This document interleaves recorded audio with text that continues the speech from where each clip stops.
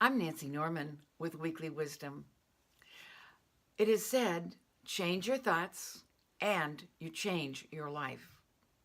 When thoughts of courage and inspiration, health, prosperity, well being are substituted for thoughts of failure, lack, and limitation, old things just simply pass out of sight. When we hold those thoughts of courage and inspiration, health and wealth and happiness, we begin to see things in a new light. Harmonious and desirable conditions seem to pop up. New possibilities are attained by right thinking. So we can change our lives by changing our thoughts and our beliefs. We can change the situations in our lives by changing how we think about those situations and the beliefs we have of those situations. But we have to make a decision. We're the ones that have to say, yes, I do want to change. I no longer want this condition of failure or lack or limitation or illness or anger. I no longer want it to be a part of my life. I want to experience joy and love and happiness, harmony in every area of my life. Will we do that by changing our thoughts and changing our beliefs? Last week, I talked to you about a young boy who at the age of 13 had a terrible illness, and the doctor said there was just nothing more that they could do. And at that age, at that early age, 13, he began to see what was lacking in his life. And he decided, I am going to begin affirming exactly the opposite of what is happening to me. He was very ill, wasn't happy, felt illness a lot of the time. So he came up with this affirmation, and for me, this affirmation says everything. The affirmation he decided to create is, I am whole. At that point in time, he was anything but whole. But he decided, I'm going for what I want to experience in life. So he would affirm, I am whole, perfect. Now his body did not look perfect at that time. He didn't feel perfect at that time, but he began to change his idea about his body and about his mind. I am whole, perfect, strong. He was anything but strong, but he decided he was going to identify with the strength of God. So, I am whole, perfect, strong, powerful, loving, harmonious, and happy. Those were the things that he felt were lacking in his life.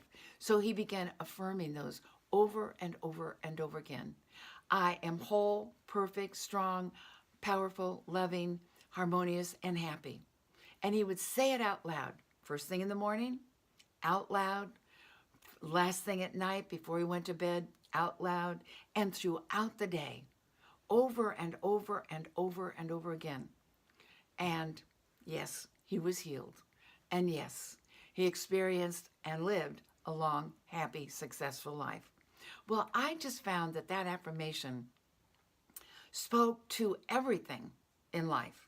So I've adopted his affirmation, and I affirm it first thing in the morning, out loud, with my little dog. I am whole, perfect, strong, powerful, loving, harmonious, and happy. I say it out loud for myself, and then I say it out loud for you, my listening audience. I say you are whole, powerful, perfect, strong, powerful, loving, harmonious, and happy. And throughout the day, that comes up. It's a quick and easy affirmation. It comes up, I say it, and affirm it out loud, and then the last thing before I go to bed, I do the same thing. It speaks to what is important to us in life: our health, our well-being, our prosperity, and those words, I am whole. We're identifying with the wholeness of God, the perfection of God. We were created in his image and likeness. You know, Deepak Chopra once said that be careful about the thoughts that you're holding in mind, because the cells of our bodies are eavesdropping on those thoughts. Be careful about what the thoughts that you're holding in mind, because the very cells of our body, of our mind, heart, and body, are eavesdropping on those thoughts. Now, there's a power within each of us. I like to call it God. Some people say there's a higher power. Other people say there's universal intelligence, creative mind, infinite intelligence. But that power, whatever it is, it's working in and through us, acting for us. And that causes us to accomplish what we want. We can always change our life, and we can change our life circumstances by introducing a new positive train of thought. There is no virtue in holding on to thoughts of pain and ideas of pain, poverty, and suffering, or any unhappiness. But the decision is ours. We have to make the decision. We have to take charge of our lives. I love something that Ernest Holmes, the founder of religious science, once did for himself, because he found that every so often his mind would drift out into areas where it didn't need to be.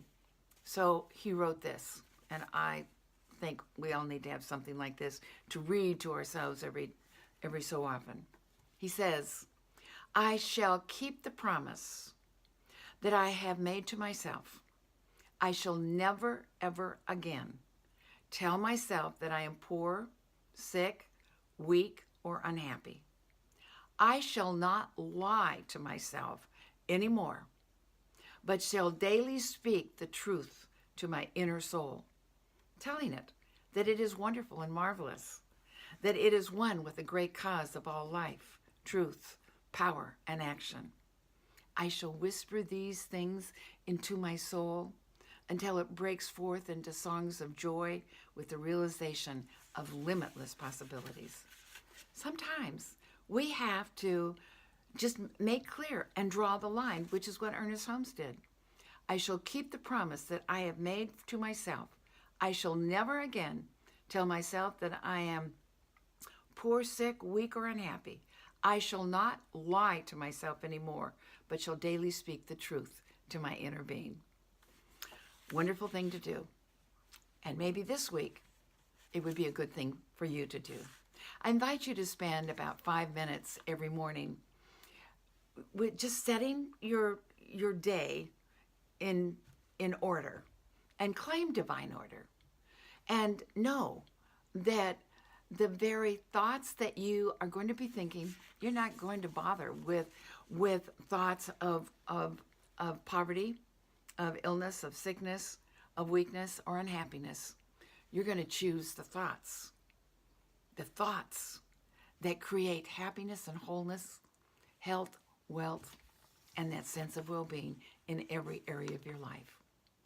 God bless you, and have a wonderful week.